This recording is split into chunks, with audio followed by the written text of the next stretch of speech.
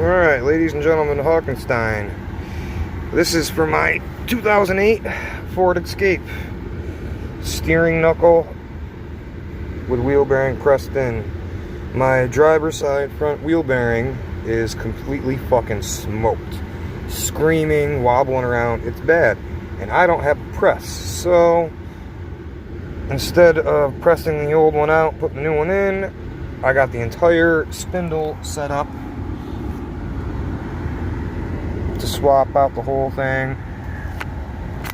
Strut bolts to that, brakes bolt to those, ball joint goes down in there, tie rod on that end, and then up in here, that's where your ABS sensor goes, axle goes through, brake rotor goes on. That's gonna be my fun after work tonight in the driveway, in the dark, in the cold. Fun times, I tell you what. Well, thanks for watching, everybody.